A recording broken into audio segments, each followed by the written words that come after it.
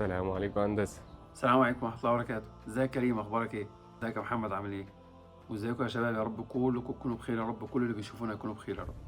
بُص يا هندسة بقى المشكلة اللي جات، إيه الفرق ما بين الطالب المميز والطالب العادي؟ ايه رأيك يا هندسة من وجهة نظرك الفرق ما بين الطالب المتميز والطالب العادي؟ بصوا في الاول بس، الطالب المتميز او التميز بشكل عام دي مش موهبة خلقها ربنا سبحانه وتعالى فينا، فتيجي تقول والله انا غصب عني انا مش متميز فما اقدرش اعمل حاجة، انا هفضل طول عمري مش متميز عشان دي خلقة ربنا. لا، الموضوع مش كده.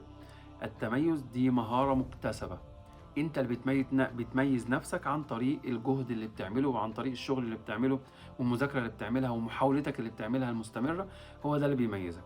ده رقم واحد. الفرق بقى ما بين الطالب المتميز والطالب العادي من وجهة نظركم يعني، كل الحكاية ان الراجل المتميز بيروح من البيت يخلص كل اللي وراه في نفس اليوم، ويجي تاني يوم يخلص كل اللي وراه في نفس تاني يوم وتالت يوم ورابع يوم. لا تؤجل عمل يوم للغد. هو بيطبق المعلومة دي اللي احنا كنا بنقولها في طابور الصباح على طول واحنا صغيرين. لكن الطالب العادي بيراكم، يا عم خدت محاضرتين ثلاثة النهارده، ايه المشكلة؟ خليها لاخر الاسبوع. خدت بكرة محاضرتين كمان، ثلاث محاضرات. يجي اخر الاسبوع يلاقي عنده 15 محاضرة، 20 محاضرة، فيلاقي المعلومات كلها دخلت في بعض. الطالب المتميز بياخد النهارده 3 محاضرات، بيروح هو بيكون حاطط ملاحظات على كل محاضرة اللي بيسمعها من الدكتور واللي بيسمعها من المعيد، بيروح ياخد الدش التمام، يتغدى، يظبط اموره، وبعد كده يقعد فورا على الثلاث محاضرات، يمسك يبدا يلخصهم، يبدا يشرحهم لنفسه، يبدا يبحث عنهم. لو هو خد 20 30% في الجامعه، هيروح يبدا يقرا ياخد 20 30% كمان، هيلاقي ناقص 20% ولا 30% ولا 40%، يروح يدور على الانترنت، يروح يكلم حد من اصحابه، يتصل بالمعيد، يحضر اسئله للدكتور تاني يقول له والله انا ما فهمتش دي، ما عرفتش دي، يقول للمعيد انا ما عرفتش دي، ما فهمتش دي، يلاقي نفسه لم 100% في نفس اليوم. سجلت، لخصت، ذاكرت، حطها على جنب، هات الماده اللي بعدها. طب انا كده بعتمد على ايه؟ بعتمد على الذاكره القصيره، اللي هو انا لسه سامع الحاجه النهارده فما نسيتهاش، فارجع جري بسرعه اثبتها.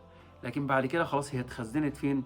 في الذاكره البعيده بقى، اللي بتفتكر حاجات بعد فتره، لما تيجي في اخر الاسبوع تراجع الكلام ده كله، تلاقي نفسك الموضوع بالنسبه لك منتهي، لا حاسس بان في ضغط، ولا حاسس ان في تراكم وراك، ولا حاسس ان في اي حاجه، فتلاقي الموضوع بالنسبه لك سهل وبسيط وتمام.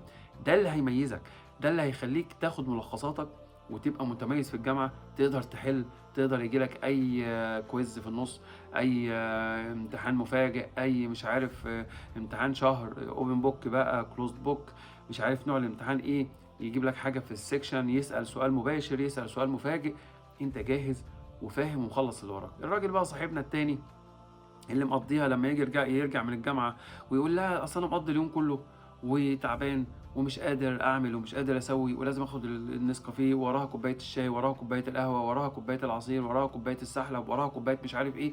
تلاقي نفسك بتضيع وقت، وهتيجي في اخر اليوم انا عايز انام بقى، انا مش قادر، فتلاقي اليوم ضاع عليك. تيجي بكره تلاقي اليوم اللي بعديه ضاع، اللي بعديه ضاع. راكمت الحاجات اللي وراك، اولا هتلاقي بقت كتير قوي، بدل ما كان وراك 3 حاجات او حاجتين بقى عندك 15 20 حاجه.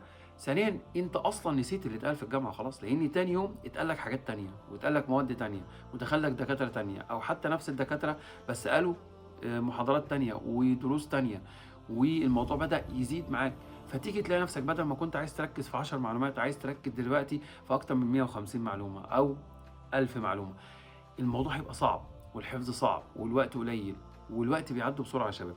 ففعلا عشان تبقى متميز في الجامعه لازم تخلص كل اللي وراك اول باول.